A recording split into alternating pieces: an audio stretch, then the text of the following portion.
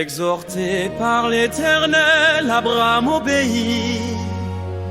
Adieu, vilain impie, vil égocentrique.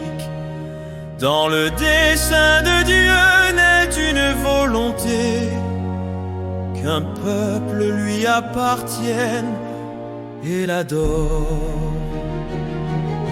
Abraham fut choisi pour en conduire son destin. Au revoir Canaan, Abraham va par étapes, direction le Negev, la famine sévit.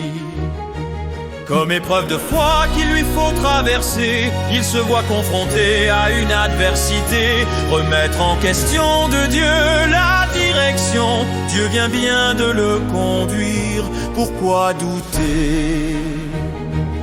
Rien ne peut écorner sa foi ni sa confiance. Belle leçon de fidélité pour nous qui disons croire en Dieu. Attendons jour meilleur, ne spéculons donc pas sur ce que Dieu prépare. Vers l'Égypte va Abraham va, la famine s'aggrave. Un sentiment de peur le prend à la frontière. Sarai, sa belle femme, occupe sa pensée. Songeant aux Égyptiens, il les soupçonnerait d'en vouloir à sa vie et d'enlever Sarai. Oh, pour une possible alliance politique, il utilisa une demi-vérité, la faisant passer pour sa sœur pour les tromper. Car en tant que frère, il aura place d'honneur, car en tant que mari, il risquerait la mort. Sarai ne peut aucunement être introduite au gynécée du harem de Pharaon, alors que son époux n'est pas mort mais vivant. On apprend que demi-vérité et mensonge, Abraham en dépit des promesses recues a perdu confiance en un Dieu protecteur.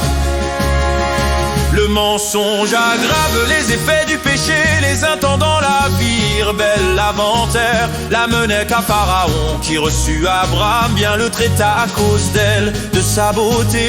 Il reçut brebis, bœufs, ânes et des serviteurs et des servantes, des ânesses et des chameaux. Quant à l'Éternel, il a frappé Pharaon de grands fléaux. À cause de Sarai, la femme d'Abraham le menteur, Pharaon appela Abraham et il lui dit: Que m'as-tu fait? Pourquoi ne m'as-tu pas instruit du fait qu'elle était ta femme? Pourquoi as-tu argué ainsi? Je l'ai prise pour femme. Voici maintenant ta femme, prends-la et va-t'en. Méditons un instant sur les stratégies pour renforcer la foi et gérer la peur. Ici sont illustrés les défis que nous rencontrons lorsque nous sommes confrontés à la peur et à l'incertitude, en méditant sur les Écritures. Abraham aurait pu se rappeler les promesses de Dieu et sa fidélité pour renforcer sa foi et sa confiance en Dieu. Abraham aurait pu prier Dieu pour demander sa guidance et sa protection face à la famine et à la peur de Pharaon. Abraham aurait pu se rappeler les caractéristiques de Dieu telles que sa bonté et sa puissance, pour renforcer sa confiance en lui. Ainsi nous apprenons que la peur peut nous conduire à prendre des décisions qui ne sont pas conformes à la volonté de Dieu. Abraham a choisi de mentir pour se protéger, ce qui a entraîné des conséquences négatives. Dieu est miséricordieux et fidèle malgré les erreurs d'Abraham. Dieu l'a protégé, a délivré Sarai de la maison de Pharaon.